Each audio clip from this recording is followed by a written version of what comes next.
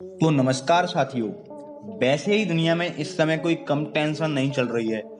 Russia और Ukraine में चल रहा भीषण युद्ध कब वर्ल्ड वॉर 3 का रूप ले ले, ये इसे क्या नहीं जा सकता। इसी को सोचकर दुनिया इससे निपटने के उपायों पर विचार कर रही है। सारी दुनिया प्रयासरत है कि इस युद्ध को कैसे भी करके रोका जाए। लेकिन ऐसी ही विषम परिस्थिति का भी फायदा उठाने की फिराक में एशिया का देश चाइना है। चीन इस मौके का फायदा उठाकर ताइवान पर हमला करने की फिराक में। अमेरिकी राष्ट्रपति जो बाइडेन शी जिनपिंग की इस साजिश को भांप गए हैं। यही वजह है कि मंगलवार को उन्होंने इमरजेंसी मीटिंग्स की और इसके फौरन बाद अमेरिकी डिफेंस एक्सपर्ट और फॉरेन मिनिस्ट्री का एक हाई लेवल डेलीगेशन ताइवान की राजधानी ताइपे रवाना हो गया।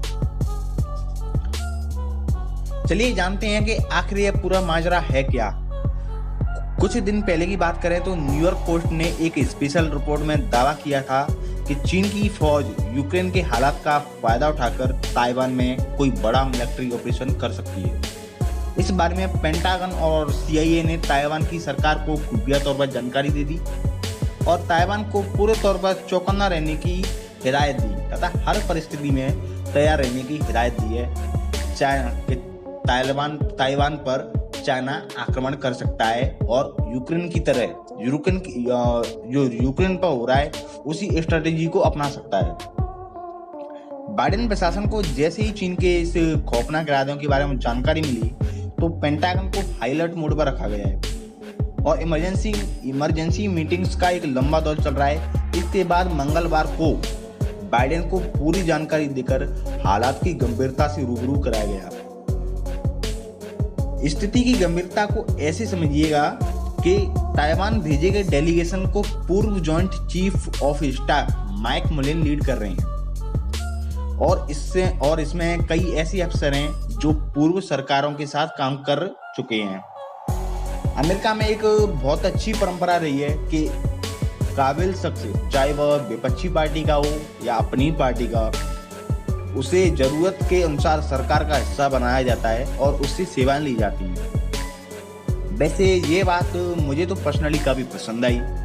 आप अपने विचार कमेंट बॉक्स में भर दीजिएगा।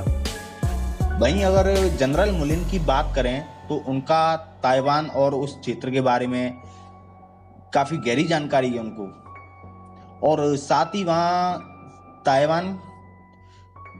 ही चीन वहां ताइवान को दबा नहीं सका है। इसके पीछे भी जनरल मुलिन की बहुत बड़ी स्ट्रेटजी रही है, उनका बहुत बड़ा योगदान हाथ रहा है। अब जानते हैं अमेरिका की फ्यूचर प्लानिंग। अगर चीन ने ताइवान पर आक्रमण या ऐसा कुछ किया तो अमेरिका का क्या रोल रहेगा। अमेरिकी वारशिप ताइवान स्ट्रेट और साउथ चाइना सी में पहले से ही तैनात हैं। मुलिन जो जॉर्ज बुश जूनियर और ओबामा के साथ काम करने का एक अच्छा खासा लंबा अनुभव रखती हैं, उन्हें चीन को जवाब देने की जिम्मेदारी सौंपी गई है। इस टीम में पूर्व नेशनल एडवाइजर मेगन सुलिवान भी शामिल हैं। रिपोर्ट्स की माने तो अमेरिकी अफसर व पेंटागन ने यहां तक तय कर लिया है कि अगर चीन किसी भी वक्त ताइवान के खिलाफ कोई मिलिट्री ऑपरेशन जारी करता है तो वहां मौजूद अमेरिकी नेवी व एयरफोर्स इस पर तुरंत एक्शन लेगी। ये तो रही ताइवान और चाइना की बात, लेकिन वहीं इस समय दुनिया में चल रही रशिया और यूक्रेन के युद्ध की बात करें तो युद्ध किसी भी परिस्थिति का कोई समाधान नहीं होता है। इससे सिर्फ हानि होती है। हजारों लाखों घर परिवार बेघर हो जाते हैं। सैनिकों की यहाँ पर जो सैनिक भी वो भी इंसान ही हैं, उनके भी परिवार हैं तो वो परिवार उजड़ जाते हैं।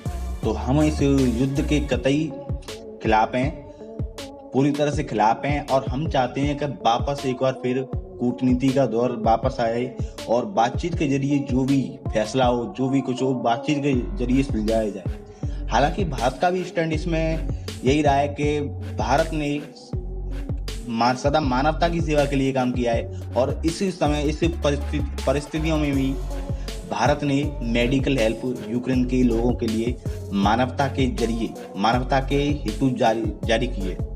और भारत अपने भारतीयों को यूक्रेन से निकालने के लिए भारत ने एक बड़े स्तर पर ऑपरेशन गंगा लॉन्च किया है, जिसके थ्रू भारत अपने इंडियंस को और साथ ही साथ अदर कंट्रीज के पड़ोसी देशों के सिविलियंस को भी निकालवा रहा है।